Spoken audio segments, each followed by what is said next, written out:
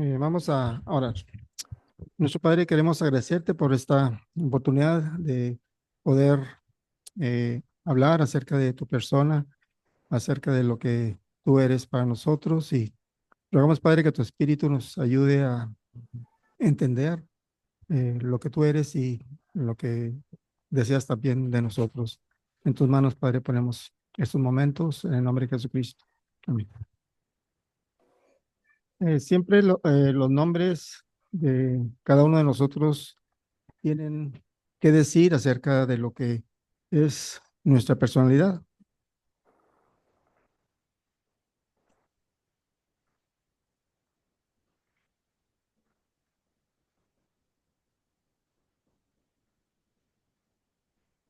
No está compartiendo esto.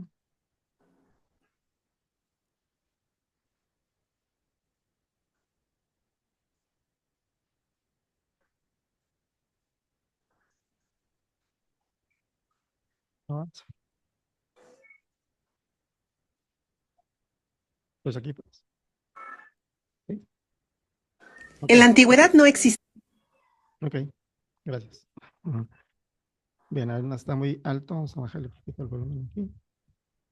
Muy bien. En la antigüedad no existían los apellidos. Tomemos la Biblia, por ejemplo. A los personajes del Antiguo y Nuevo Testamento se les conocía por su nombre. Abraham, Moisés, Pedro, Juan, Mateo, Jesús, María y José. No había tal cosa como Abraham Pérez, Mateo Delgado o José García. Cuidado, Iscariote no era el apellido del traidor Judas. Ni Tadeo, el del santo. Eran sobrenombres, apodos. Con el tiempo, las comunidades se poblaban cada vez más y más, y de momento surgían las dudas. Llévale este mensaje a Juan. ¿Cuál Juan?, preguntaba el mensajero. Pues Juan, el del valle, explicaba para distinguirlo del otro Juan, el del monte. En este caso, los apellidos del valle y del monte, tan comunes hoy en día, surgieron como resultado del lugar donde vivían estas personas. Estos se llaman apellidos topónimos, porque la toponimia estudia la procedencia de los nombres propios de un lugar. En esta misma categoría están los apellidos Arroyo, Canales, Costa, Cuevas, Peña, Prado, Rivera, que hacen referencia a algún accidente geográfico. Y Ávila, Burgos, Logroño, Madrid, Toledo, que provienen de una ciudad en España. Otros apellidos se originan de alguna peculiaridad arquitectónica, con la que se relacionaba a una persona.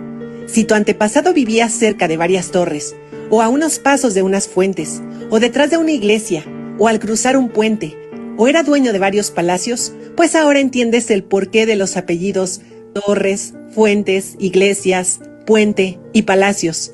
Es posible que hayas tenido algún ancestro que tuviese algo que ver con la flora y la fauna. Quizás criaba corderos, cosechaba manzanas, o tenía una finca de ganado. De ahí los apellidos Cordero, Manzanero y Toro. Los oficios o profesiones del pasado también han producido muchos de los apellidos de hoy en día. ¿Conoces a algún labrador, pastor, monje, herrero, criado o vaquero? Pues ya sabes a qué se dedicaban sus antepasados durante la Edad Media. Otra manera de crear apellidos era a base de alguna característica física, o un rasgo de su personalidad, o de un estado civil. Si no era casado, entonces era soltero. Si no era gordo, era delgado. Si no tenía cabello, era calvo. Si su pelo no era castaño, era rubio. Si no era blanco, era moreno. Si tenía buen sentido del humor, era alegría. Si era educado, era cortés. Quizás la procedencia más curiosa es la de los apellidos que terminan en EZ, como Rodríguez, Martínez, Jiménez, González, entre otros muchos que abundan entre nosotros los hispanos. El origen es muy sencillo. Es significa hijo de. Por lo tanto, si tu apellido es González, es porque tuviste algún antepasado que era hijo de un Gonzalo. De la misma manera, Rodríguez era hijo de Rodrigo, Martínez de Martín, Jiménez de Jimeno, Sánchez de Sancho, Álvarez de Álvaro, Benítez de Benito, Domínguez de Domingo, Hernández de Hernando, López de Lope, Ramírez de Ramiro, Velázquez de Velasco, y así por el estilo. Asimismo ocurre en otros idiomas. Johnson es hijo de John en inglés, Johnson. MacArthur es hijo de Arthur en escocés. Martini es hijo de Martín en italiano. Es así como, poco a poco, durante la Edad Media, comienzan a surgir los apellidos. La finalidad era, pues, diferenciar una persona de la otra. Con el tiempo, estos apellidos tomaron un carácter hereditario y pasaron de generación en generación con el propósito de identificar no solo personas, sino familias. En la historia de los apellidos hay una valiosa lección sobre el espíritu emprendedor. Al igual que los apellidos surgieron para distinguir a las personas en tiempos de aumento de población, los emprendedores también se destacan al encontrar maneras especiales de sobresalir en un mercado cada vez más competitivo. Así como los apellidos se transmiten de una generación a otra para identificar a las familias, los emprendedores construyen legados duraderos al dejar su huella en el mundo de los negocios. Como vimos, los nombres y los apellidos de cada uno de nosotros tienen algún significado y leyendo la Biblia he encontrado muchas veces cuando se dice de que cierta persona tenía eh, tal nombre y su significado era tal. Y esto pues nos ayuda a entender mejor lo que es el carácter de la persona. También pues en la Biblia vemos muchos nombres que se le dan a nuestro Señor Jesucristo. O sea, no es solamente uno, se le dan muchos nombres. Y esto es porque pues Él es infinitamente mucho más de lo que un solo nombre podría expresar. Y de estos muchos nombres dados a nuestro Señor Jesucristo, pues ahorita vamos a considerar brevemente el siguiente que se encuentra en Isaías 9:6, que dice, se llamará su nombre admirable. Y vamos a ver algo al respecto y vamos a ver si este nombre que se le dio a nuestro Señor Jesucristo en una profecía que se dio 800 años antes de su nacimiento, pues si le quedaba bien y si se le puede llamar por este nombre. Admirable significa es algo que es trascendentemente más allá de lo normal o algo más de lo común, algo que va más allá de lo ordinario. Significa algo que es totalmente diferente a cualquier cosa. Por ejemplo, cuando David mató a Goliat con su onda, pues hizo algo admirable, porque nadie más había hecho algo como eso. También fue admirable cuando el Mar Rojo se abrió para hacer una brecha para el pueblo de Israel. Y también fue admirable que el sol se detuviera por la orden de Josué. Entonces vamos a ver si este nombre admirable le queda bien a nuestro Señor Jesucristo. Y lo primero que podemos ver es que pues su nacimiento fue admirable porque pues no ha habido otro como ese. O sea, fue admirable porque solamente uno de sus padres fue humano. Por lo tanto, él heredó tanto la naturaleza humana como la naturaleza de Dios.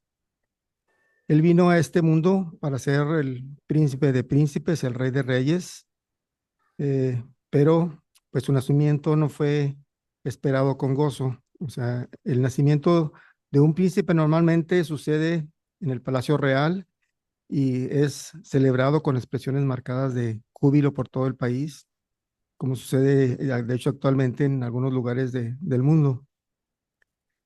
Pero para él, pues no hubo hospedaje, no hubo lugar en el mesón y pues tuvo que nacer en un establo y fue mecido en un pesebre. Pero fue admirable que ángeles eh, proclamaron su nacimiento con júbilo desde el cielo a unos cuantos pastores humildes que estaban cuidando sus rebaños en la noche. Debió haber venido con toda la gloria y la pompa de la realeza, haber nacido en un palacio, eh, tener una cuna de oro, haber sido alimentado con cubiertos de oro y haber tenido incluso ángeles que lo estuvieran cuidando. Pero dejó toda esa gloria y nació de una mujer pobre y su cuna fue un pesebre.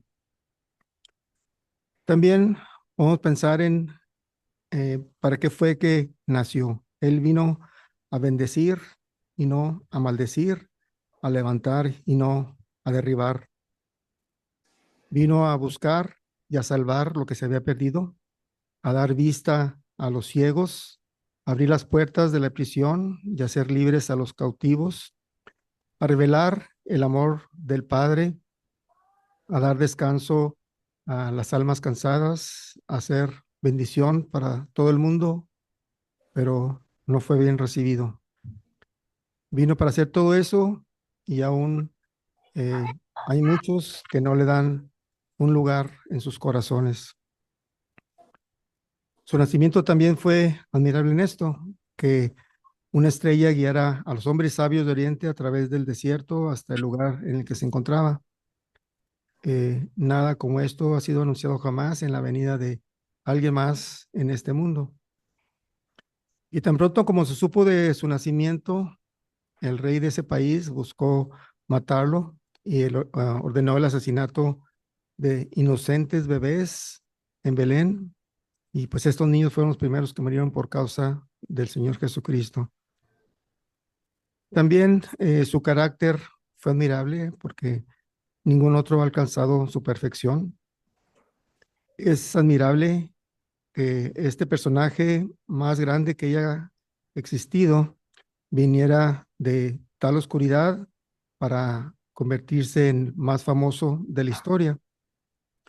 El que el Señor Jesucristo viniera de ese tiempo, de ese país y de esa gente, pues no se explica más que por su divinidad. O sea, su vida fue admirable por su generosidad, por la ausencia de pecado en su vida y por su servicio.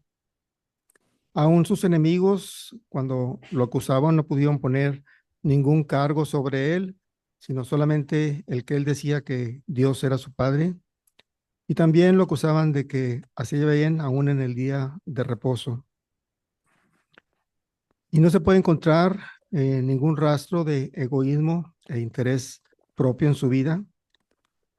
Siempre estuvo ayudando a otros, pero ni una sola vez hizo algo para ayudarse a sí mismo. Él tenía el poder para multiplicar la comida e incluso para volver las piedras en pan, pero estuvo con hambre 40 días sin hacerlo. Mientras escapaba de sus enemigos que habían determinado su muerte, vio a un hombre que había estado ciego desde su nacimiento y se detuvo para darle vista, poniendo en riesgo su vida. Salud. Él nunca buscó lo suyo, siempre vivió para otros. Su primer milagro no lo hizo delante de multitudes para dar a conocer su nombre, sino lo hizo en una aldea alejada para salvar de la humillación a la esposa de un campesino. Tuvo compasión de la multitud hambrienta y lloró sobre Jerusalén, pero nunca tuvo misericordia de sí mismo. También en sus enseñanzas él fue admirable por la manera en que enseñó, por lo simple y claro de su enseñanza y por la aplicación en la vida individual de las personas. No se le encontraba buscando a las multitudes, pero nunca evitó entablar comunicación con las personas de manera individual. Su enseñanza siempre estaba adaptada a la comprensión de aquellos a quienes enseñó. Se nos dice que la gente común le oía con mucho gusto y esto demuestra que ellos estaban entendiendo todo lo que les decía porque todo lo que les decía lo hacía con palabras sencillas. Ningún hombre tuvo que llevar un diccionario consigo para ir a escuchar el Sermón del Monte. Él ilustró sus pensamientos y dejó en claro el significado de sus palabras con muchas imágenes para dejar claro sus ideas. Un predicador que quiere llegar a la gente, pues debe tener algo que decir y eh, debe saber cómo decirlo para que los que escuchan sepan exactamente lo que quiere decir. Pero el Señor Jesucristo siempre aclaró el significado usando muchas ilustraciones, sin importar lo que los escribas y los fariseos pensaran o dijeran al respecto. Quería que la gente entendiera bien lo que quería decir y por eso él siempre habló de una manera interesante y fue interesante porque podía presentar la verdad a la gente de una manera interesante. Se nos dice en la palabra que sin parábolas no le hablaba a nadie. Hizo que la gente viera las cosas y las viera con claridad. Y también es admirable que este humilde carpintero, que tal vez nunca haya ido a la escuela un día en su vida, se haya convertido en el maestro de maestros de todos los tiempos. También el Señor Jesucristo es admirable por su originalidad. La originalidad de nuestro Señor Jesucristo es una prueba de que Él es divino. La mente humana no puede crear nada en un sentido absoluto. Puede construir algo a partir de casi cualquier cosa o de cualquier tipo de material, pero Él no va a poder crear. O sea, no existe originalidad absoluta que pertenezca al hombre. O sea, Él no puede imaginar nada que no se parezca a algo que haya visto o escuchado anteriormente. El hombre puede tomar ya sea una vaca, un caballo, un perro, una oveja y hacer de ellos animales suficientes incluso para llenar el arca de Noé, si así lo quiere. Pero primero pues tiene que tener a la vaca, al caballo, al perro y a la oveja para empezar. Y todo lo que haga va a ser simplemente una modificación de las diversas formas y propiedades de lo que quiere hacer. La Biblia nos dice que pues no hay nada nuevo bajo el sol y pues en cierto sentido es claro, todo es fruto de algo más. Por ejemplo, los primeros carros de ferrocarril se parecían a las viejas diligencias y los primeros automóviles parecían carros de ferrocarril y así por el estilo. O sea, ningún hombre hizo un libro, ni siquiera una historia que fuera completamente diferente a todo lo demás. Un hombre puede encontrar historias de los pueblos en la literatura más antigua, pero no puede encontrar ninguna historia que eh, se parezca en lo más remoto a las parábolas de nuestro Señor Jesucristo. Las parábolas como las del Hijo Pródigo y el Buen Samaritano son creaciones absolutamente nuevas, por lo que proclaman al Señor Jesucristo divino, porque pues Él puede crear. Su enseñanza fue admirable no solo por la forma en que enseñó, sino también en lo que enseñó. Enseñó que Él era más grande que Moisés y pensemos en la audaz que fue en acertar la afirmación ante los judíos que consideraban a Moisés como casi divino. Nuestro Señor Jesucristo también declaró que cumplió las profecías y la ley de Moisés. Y él pues no hizo mucho esfuerzo para presentar esta afirmación. Lo primero que hace un impostor es tratar de demostrar eh, frecuentemente su caso. Nuestro Señor Jesucristo no lo estuvo repitiendo tratando de convencer a sus enemigos de que él era el Cristo. Y es como si uno quisiera explicar la función de la lámpara LED, pues tiene uno que dar sus explicaciones y decir cuáles son sus beneficios, pero no se necesita perder el aliento y perder el tiempo para dar información acerca del poder del sol y sus beneficios. O sea, eso, la misma primavera lo va a hacer cuando toda la naturaleza brote en flores, en hojas, en capullos. Y de la misma manera, el poder de nuestro Señor Jesucristo se muestra muy convincente por medio de las vidas cambiadas de hombres y mujeres que han creído en Él. Nuestro Señor Jesucristo enseñó que todos los que no creían en Él estaban perdidos. Y nosotros podemos ver multitudes de personas salvas y ninguno de ellos va a poder decir que no obtuvo salvación a través de la fe en Cristo. Pero si pensamos en los lugares donde las personas están más cerca del infierno, pues los vamos a encontrar con personas llenas de personas que están llenas de odio al Señor Jesucristo. O sea, si fuéramos a las cantinas, los centros de baile, las casas de apuestas y lugares similares, encontraríamos que la gente que se encuentra ahí rechaza a nuestro Señor Jesucristo. Y entre más personas haya en ese lugar, más parecido va a ser ese lugar al infierno. Nuestro Señor Jesucristo enseñó que Él era igual a Dios. Él dijo, el que me aborrece a mí, también a mi Padre aborrece.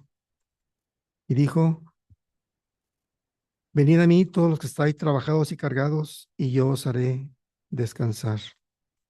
Nadie ha hecho una afirmación como estas, ofreciéndose a llevar la carga del mundo entero en sus hombros. También él dijo, yo he venido para que tengan vida y para que la tengan en abundancia. Y dice, yo soy la resurrección y la vida, el que cree en mí, aunque esté muerto, vivirá. Y todo aquel que vive y cree en mí, no morirá eternamente. Entonces, sin duda alguna, pues él fue admirable en todo lo que enseñó. Y pues no extrañar que haya conmovido tanto a las personas en la sinagoga de Capernaum, donde enseñó no como los escribas enseñaban, sino como alguien que tiene autoridad. También fue admirable en lo que profetizó de sí mismo. Él predijo cómo y cuándo iba a morir. Fue admirable que hubiera sido entregado por uno de sus propios discípulos de confianza en manos de aquellos que buscaban su vida. También es admirable que hubiera sido vendido por un precio tan bajo, el de un esclavo.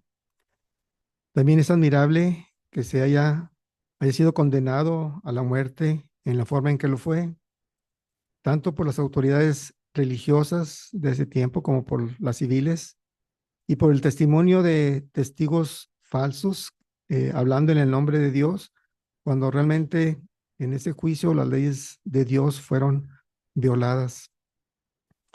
Fue admirable que fuera atormentado y torturado de tal manera, tan cruelmente, y que fuera enviado a la cruz y lo hubieran matado en esa forma tan cruel en que lo hicieron. También el momento de su muerte fue admirable, fue en el día de la Pascua, convirtiéndose así él mismo verdadero, en la verdadera Pascua, en la que el Cordero Pascual estaba dirigiendo durante tanto tiempo. La gran asistencia de personas a su muerte también fue admirable. Había miles de personas ahí en Jerusalén que habían venido de todas partes para asistir a la fiesta de la Pascua. Entonces, muy probablemente ninguna otra muerte haya sido tan presenciada como esta. El cielo se oscureció y el sol ocultó su rostro de esa espantosa escena. Un gran terremoto sacudió la ciudad, los muertos salieron de sus tumbas y entraron en la ciudad, apareciéndose a muchos. El velo del templo se rasgó de arriba abajo. Y recordemos que hasta ese momento no se le había permitido a ningún ojo mirar detrás de ese velo, excepto a los sacerdotes. Y eso solamente una vez al año en el gran día de la expiación. También su resurrección fue admirable. Él había predicho a sus discípulos y lo había hecho con frecuencia, siempre diciendo que, eh, que iba a resucitar después de que fuera muerto y que resucitaría al tercer día. Sin embargo, parece que todos olvidaron lo que les había dicho y ni uno solo de ellos esperaba que él fuera a resucitar.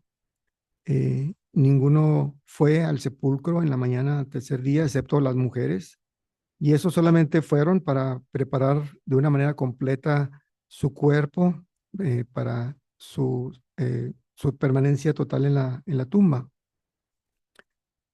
Y eso demuestra cuán completamente habían abandonado toda esperanza cuando le vieron muerto.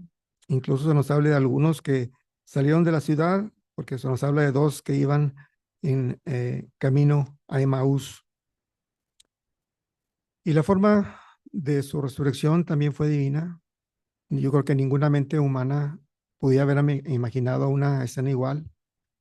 Si alguna persona hubiera querido describir la manera en que iba a ocurrir, pues diría que habría terremotos y truenos y una gran conmoción en los cielos y quizá un sonido de una gran trompeta proclamando a todos los aterrorizados habitantes de Jerusalén que él había resucitado.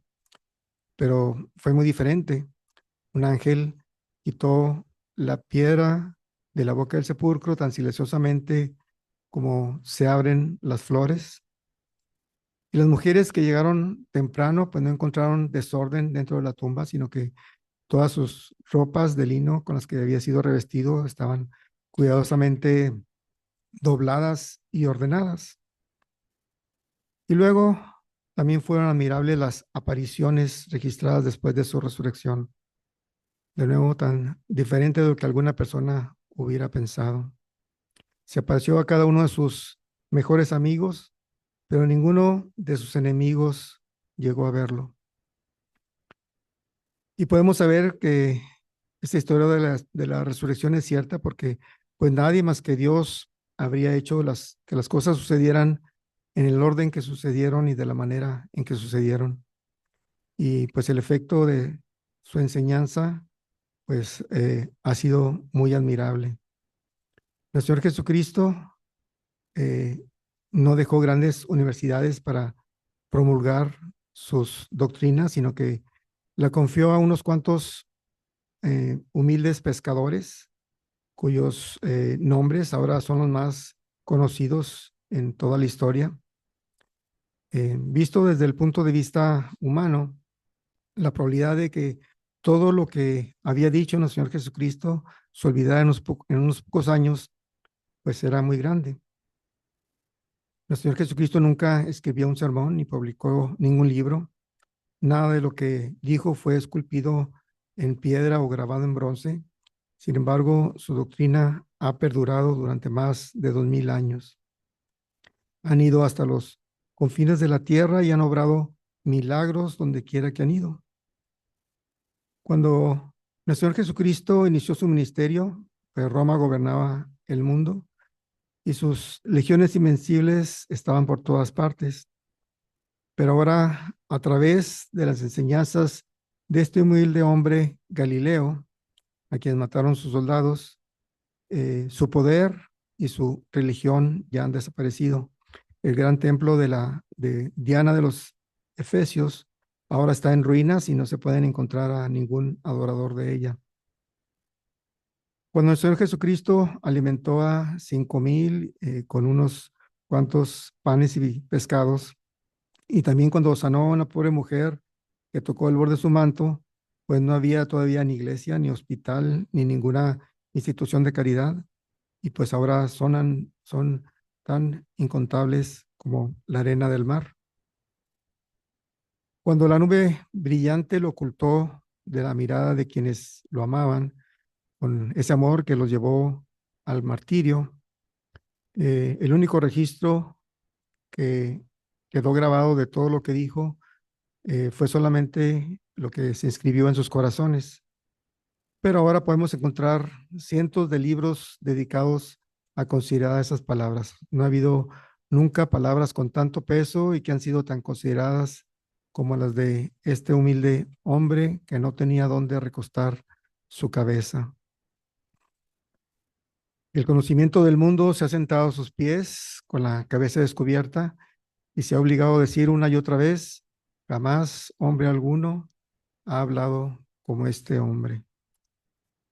Sus declaraciones se han traducido a todas las lenguas conocidas y donde quiera que han ido, han llevado sanidad con ellas. Ningún otro libro ha tenido ni siquiera un décimo de la circulación que lo tienen sus palabras. Y no solo eso, sino que sus pensamientos y la historia de su vida están tan permeadas, tan entretejidas en toda la literatura, que si un hombre ni siquiera hubiera leído una sola línea de la Biblia, pues no podría permanecer ignorante acerca de la persona de nuestro Señor Jesucristo. También nuestro Señor Jesucristo es fiel a su nombre porque Él es ahora un admirable Salvador. Solo necesitamos ver a nuestro alrededor para ver su admirable salvación sacudiendo en muchos lugares hoy en día. Y todas estas personas salvas son testimonio de que la obra de Cristo no se va a extinguir. Hoy en día el amor de Cristo toma los corazones de las personas que están necesitadas de amor.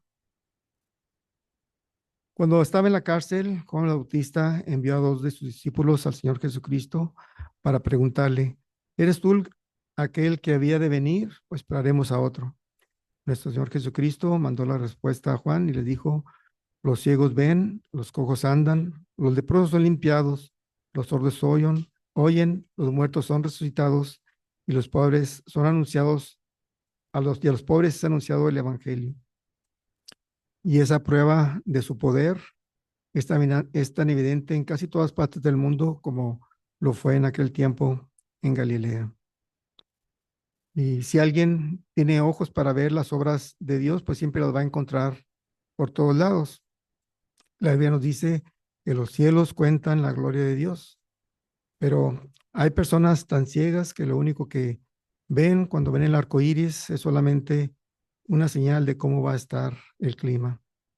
Pero también hay hombres que iban directamente hacia el infierno, que ahora están predicando el evangelio porque fueron detenidos por la luz de Dios y la voz de Cristo tan repentinamente como le sucedió a Pablo, como lo vemos en las Escrituras. Nuestro Señor Jesucristo es un Salvador admirable porque puede salvar al más perdido pecador de este mundo. Quizá una persona que se considera buen cirujano se consideraría bueno si pudiera salvar al 90% de aquellos a quienes se está operando. Pero nuestro Señor Jesucristo jamás perdió un caso. Nunca hubo un caso que fuera difícil para él.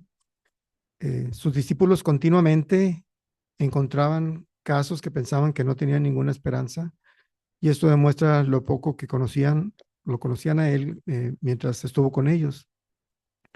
Nuestro Señor Jesucristo jamás rechazó a alguien que viniera de manera sincera buscando su ayuda.